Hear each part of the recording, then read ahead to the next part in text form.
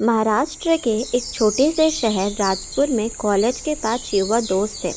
आरव, श्रेया, कबीर, तान्या और ललित। ये सभी इतिहास विषय के विद्यार्थी थे और स्थानीय सोसाइटी ने उन्हें एक असाइनमेंट दिया था, शहर के पुराने रहस्यों की खोज। एक शाम सभी दोस्त पुरानी लाइब्रेरी में रिसर्च कर रहे थे। तान्या ने एक वर्ष 1902 की किताब में एक नक्शा खोजा जिसमें शहर के बाहर एक भूल भुलैया जैसी गुफा का जिक्र था, जो पिछले 50 सालों से पहली बारिश के बाद खुलती है।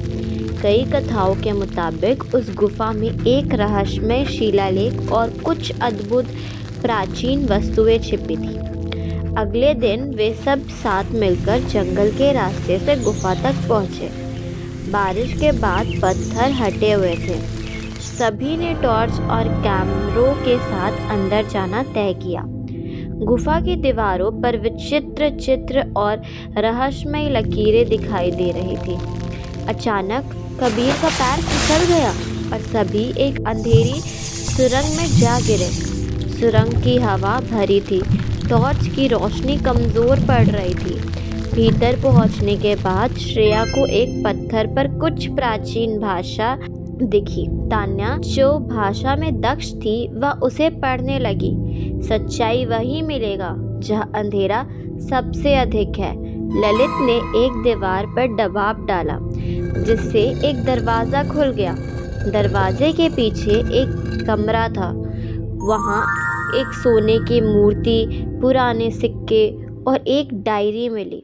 डायरी में लिखा था कि इस गुफा में कभी एक संत रहा करते थे, जो शहर के लोगों के कष्ट दूर करते थे।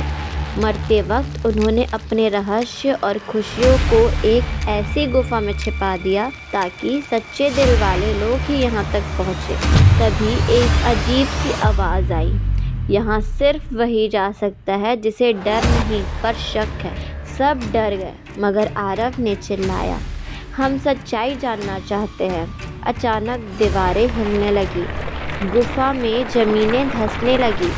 सब ने एक दूसरे का हाथ पकड़कर बाहर निकलने की कोशिश की।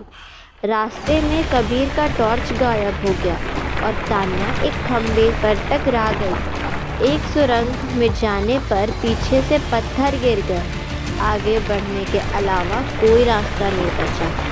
आखिरकार वे सब एक विशाल कक्षा में पहुंचते हैं, जहां बीचों बीच एक पुराना लकड़ी का संदूक रखा होता है। जैसे ही तान्या संदूक खोलने के लिए आगे बढ़ती है, अचानक कमरे की दीवारों से रहस्यमय प्राचीन प्रतीक चमकने लगते हैं। उन प्राकृतों में एक पजल छुपा होता है, जिसे सिर्फ टीम के हर सदस्य ही अलग अलग प्रतिभा मिलाकर ही हल किया जा सकता है। आरव को ताले की संरचना समझने में मदद मिलती है, क्योंकि वह मैकेनिकल समझ रखता है। श्रेया उन प्राकृतों की भाषा डिकोड करती है। कबीर संदूक उठाकर एक खास दिशा में घुमाता है, जिस ओर पेंटिंग में तीर नजर आ रहे थे। तान्या और ललित बेलंकार पत्थर एक एक कर सही क्रम में रखते हैं। पजल सुलझते ही संदूक अपने आप खुलता है। अंदर एक दुर्लभ चमकता हुआ क्रिस्टल और उन्हें संत की हस्तलिखित डायरी होती है। तभी कमरे में लगे सभी फुक्के दब जाते हैं और दीवार एक पीछे से एक रहस्यमय सीढ़ी निकलती है।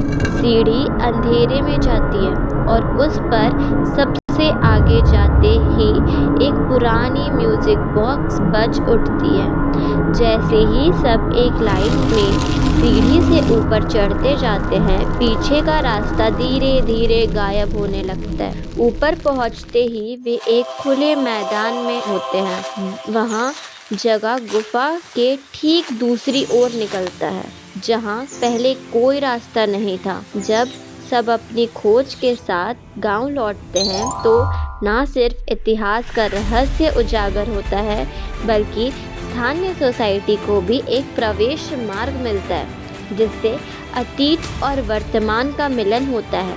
उन दोस्तों का ना सिर्फ गौरव बढ़ता है बल्कि उनकी दोस्ती और साहस की गाथा भी पूरे गांव में मशहूर हो जाती है।